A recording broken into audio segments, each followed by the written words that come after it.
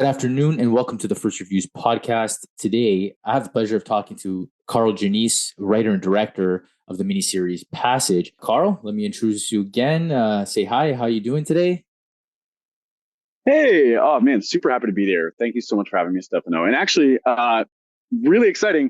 Found out today, Reflector Entertainment decided to release Passage early. So Passage is actually out today. Oh, it's Um, today. Okay, yeah. Just like with the release of Awakening last Friday, they really wanted to push more of the transmedia that makes stuff. sense. So yeah, they pushed the trailer for the comic book series today, and Passage is already out. So Okay, as of today, you can watch it. that's perfect. Okay, that makes a lot of sense because you know what? Because I find if everything is too delayed and not consistent, then people might either lose interest or forget. So Yeah. I like that there's a little bit more consistency with the releases for sure. Yeah, absolutely. I mean, me as well. Obviously, like wanting to try and carry all the gamers from their experience that they started on Friday into Passage, it definitely like it's the perfect time to release it. Yeah, especially those gamers who like to binge things and want to get right into the next bit of content. As long as they have content to carry themselves over, I think they'd be happy with that. Absolutely. All right, so Passage, it's a seven-part series. It's part Hmm. of the Unknown 9 Awakening universe that you mentioned, which is already available. It's a very, very ambitious crossover with comic books, podcasting, scripted podcast. This is a mini series, and the video game. How did you get involved with the Unknown 9 universe, and what has that journey been like? Yeah. Well, let me start by saying it has been quite an incredible journey. Like growing up as a video gamer and obviously like a huge film nerd, getting into film and TV, like when they reached out and they said like, hey, we've got this cool video game franchise, we want to develop scripted content for it, and we like the work that you've been doing. It was honestly kind of like a dream come true because I'm like, oh, I get to take all the nerdiness that I have about video games and like story universes and apply it to scripted like content, scripted series. Um, so I guess where the journey starts is they've been developing like Reflector Entertainment. The creators of the Unknown 9 universe have been developing Unknown 9 Awakening and the entire Unknown 9 universe for the past 7 years. The game has been in development as far as I know for the last 5 years. The game obviously just launched last Friday, and their entire intention when they made the Unknown 9 universe was they wanted to ensure that whoever invested the dozens of hours it takes to go through the entire game, when it was over, they could still participate in the universe as well. And so, there's comic books, there's a book series, there's a podcast series, like you said.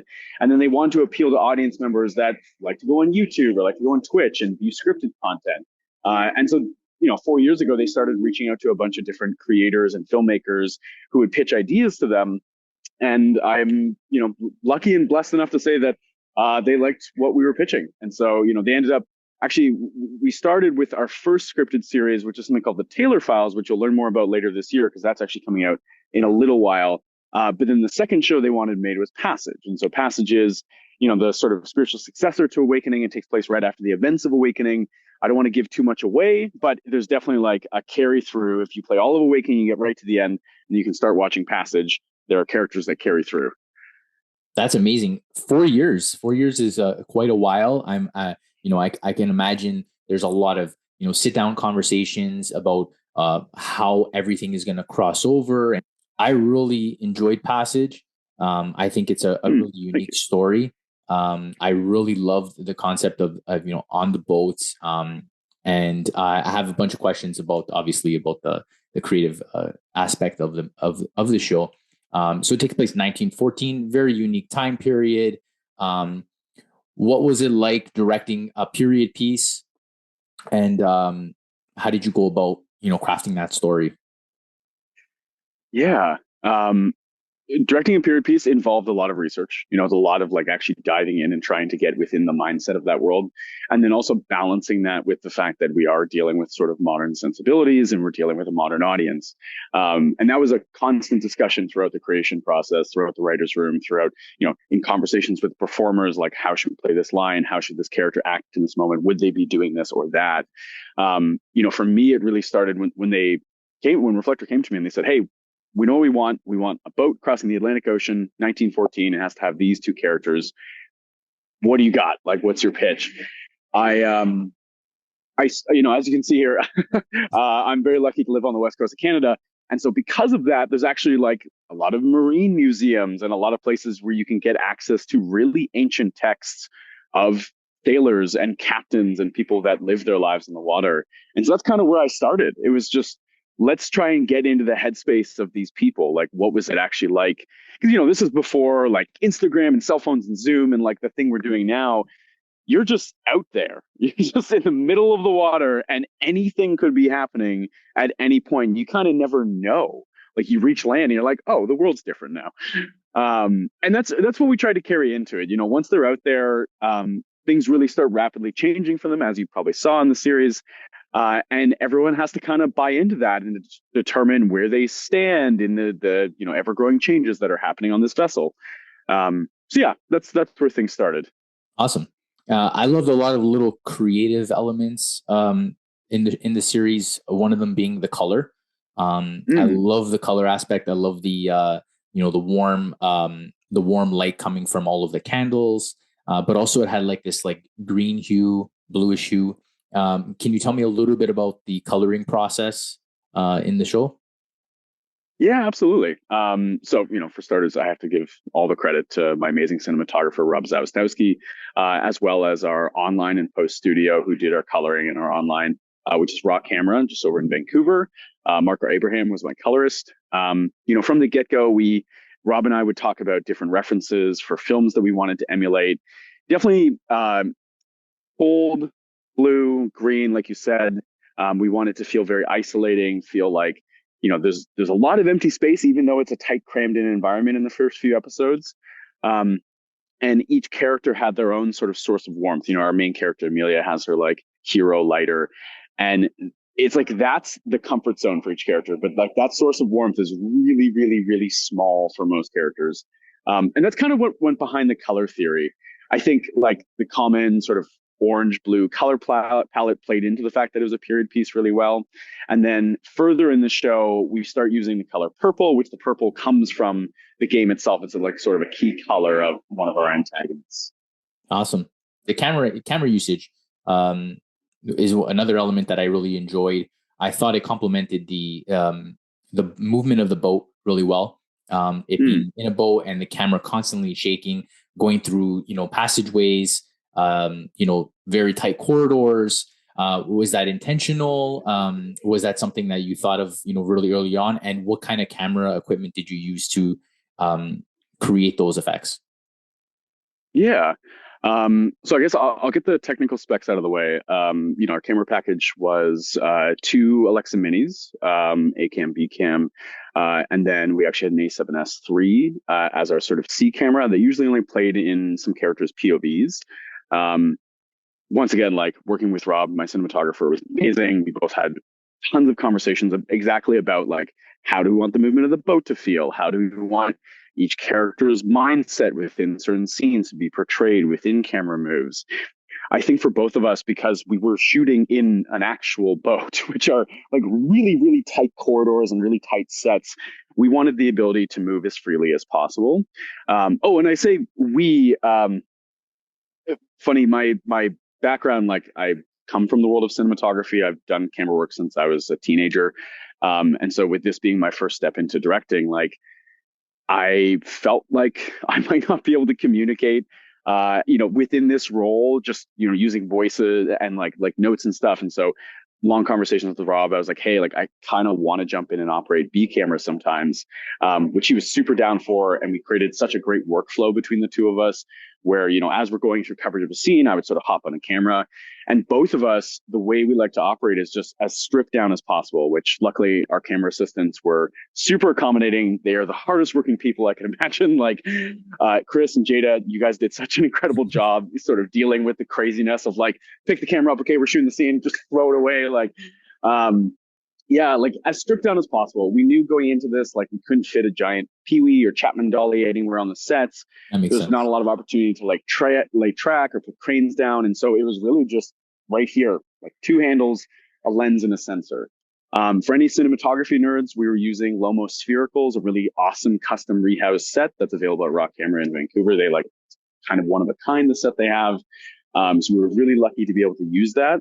And then just to touch on that C camera usage, like why we use the A7S III when we were doing POV work, right from the writing of the show, we wanted to visually portray how people were starting to like disconnect with their sense of reality. And a technique that I've sort of fallen in love with over the years is called free lensing. And free lensing is that like you actually take the lens off the camera Okay. while you're shooting. Oh wow.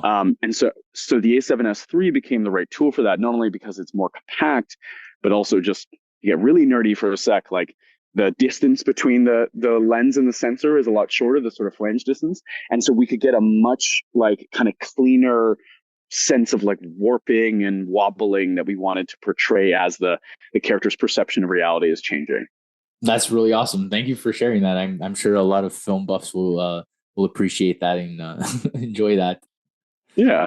I like the fact that you guys actually shot on a real boat because I was going to ask that question. Where was it shot? I thought maybe certain aspects of it would be on maybe a set, but it being shot on a real boat makes a lot of sense. That's really awesome. Where exactly did you guys film? Like, where was the like location of the? Yeah. So 95% of principal photography was in a place called Campbell River in British Columbia. So it's on Vancouver Island. It's funny in sort of stepping forward with this project and like kind of starting to get the ball rolling as Reflector reached out and said, "Hey, this is what we want to do." I honestly, I at a certain point, I was like, I don't know if a period piece on a boat on the water is possible for the budget. It's just like it's not a ton of money. It's a very indie budget, and that's a really big ask. And so for me, like I've been very lucky to have the opportunity to work around the world a little bit, and so immediately I kind of went to like, okay, let's talk to port cities, like Bangkok, like Bombay, Goa, these places are South Africa, like these places where potentially a lot of old boats would be. And, everywhere I talk to, they're like, there's nothing. There's Yeah. nothing that even comes close to like a boat from 1914. And then it just so happens, basically around the corner from where I live, it might as well be. This is kind of a retirement home for old boats. Like Oh, boats okay. from Alaska and the west coast of the United States kind of just end up in the Gulf Islands here because it's very safe waters. It's relatively temperate. They don't have to go through heavy conditions. And so as I started to like reach out to friends and family members like in these different communities, we just so happened on a private owner who had access to a boat from 1954. And as soon as we scouted it, we're like, oh, okay, like this is actually possible. And that is kind of what shifted our perception even in the writers room of like what this show would be. Because I think one of the things I'm so grateful for in finding that incredible set is like we put 2-3 episodes in an engine room, which is like, you talk about doing Yeah. studio work.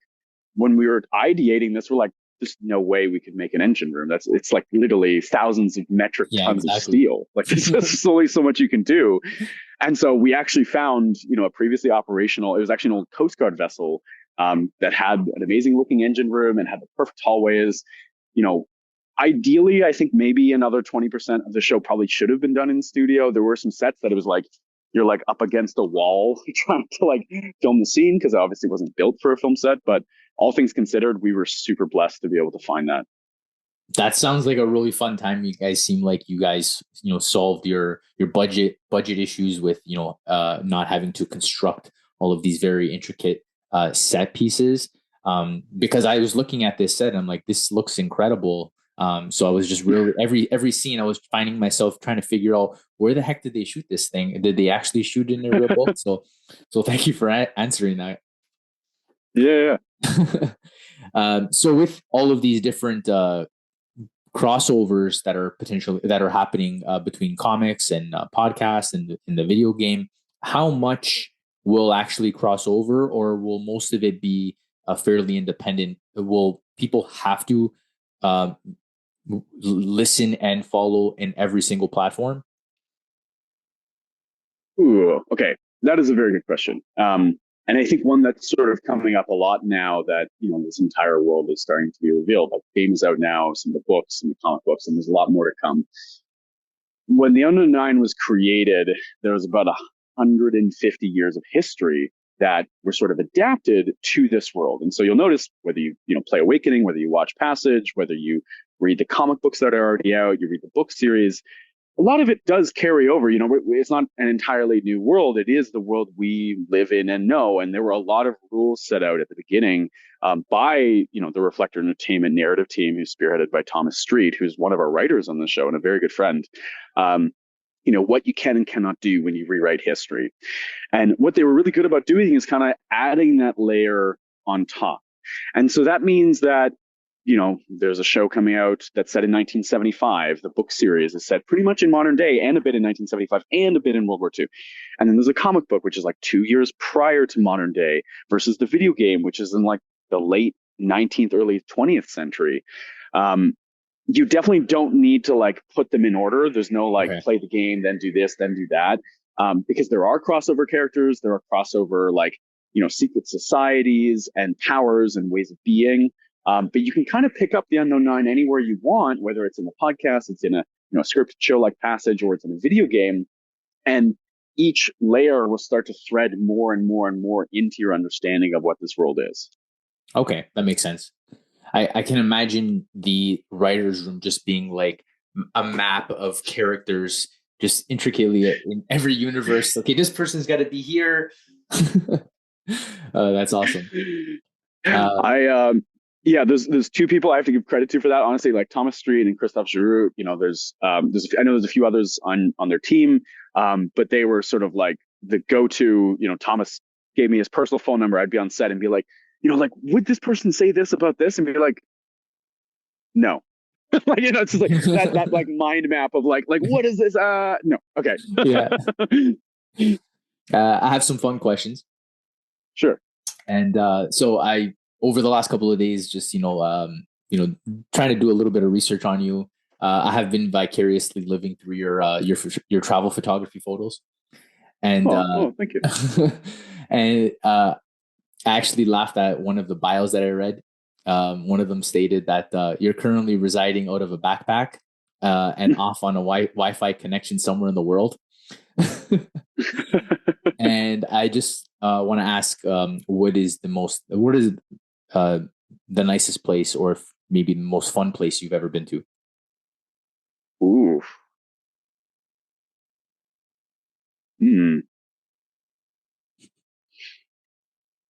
Probably nicest place, most fun place. A lot. Yeah. I guess I'll give the very cheesy answer, which is that places are beautiful, obviously, but it's always about the people. And when I think of trying to call an answer to that, I'm like, I made such amazing connections, working on a show in Cape Town. I love Cape Town. Incredible filmmakers there. Bali. It is as cliche, as nice as people say it is. It's a little overrun now, but I loved living there. And Victoria, like if you reside in Canada, Victoria, BC is just absolutely magical. Oh, thank you for those. Thank you for those answers. I have not been to any of those places. Where are you based? We're in Toronto. Oh, okay, cool. I grew up in Toronto. Yeah. Yeah. You mentioned in another podcast that you were into video games in the early part of your life. When you think of nostalgic video games for you, what's one that you think of? Ooh, immediately Star Wars Knights of the Republic. Oh, nice. Yeah. Awesome. Yeah, huge Star Wars nerd. And it's funny because I think that's what like put me on a bit of this path of like video game meets series meets like all this connected narrative world, because BioWare was so ahead of its time for creating incredibly connected narratives, like these sort of like multifaceted stories you could choose your own adventure through. Yeah. Hands down. Yeah. And since you mentioned Star Wars, which Star Wars is your favorite? Could be for nostalgic reasons or cinematography reasons. Movies. Yeah, Empire Strikes Back. I think that's sort of an easy one. Or which one did Gareth Edwards do? The Last Jedi? The Last Jedi. It was The Last Jedi? Okay, yeah. I remember that one standing out to me as well. And I'll give it for any Star Wars nerds out there. Before Disney took over, Like Star Wars basically taught me how to read. Like I was not a reader. And then the Star Wars novels were like the first ones I read, and Star Wars Shatterpoint was my Shatterpoint. Oh yeah, favorite novel. yeah. It was my favorite novel. Yeah. This is my Star Wars book section. Oh, amazing. Yeah. Oh, that's My awesome. Like, my favorite series was the Bane series. okay. Yeah, yeah, yeah, absolutely. Yeah, good trilogy. Yeah. Well, awesome. Thank you, Carl. Thank you so much for chatting with me, taking the time. Thank you for jumping on the side of the road and having this conversation. Um, I hope everyone enjoys Passage. It is available right now. Unknown 9 Awakening is available on all platforms, and check out Passage today. Carl, thank Awesome. you so much. Thank you so much, Stefano. I really appreciate it. Thank you. Have a good day. You too.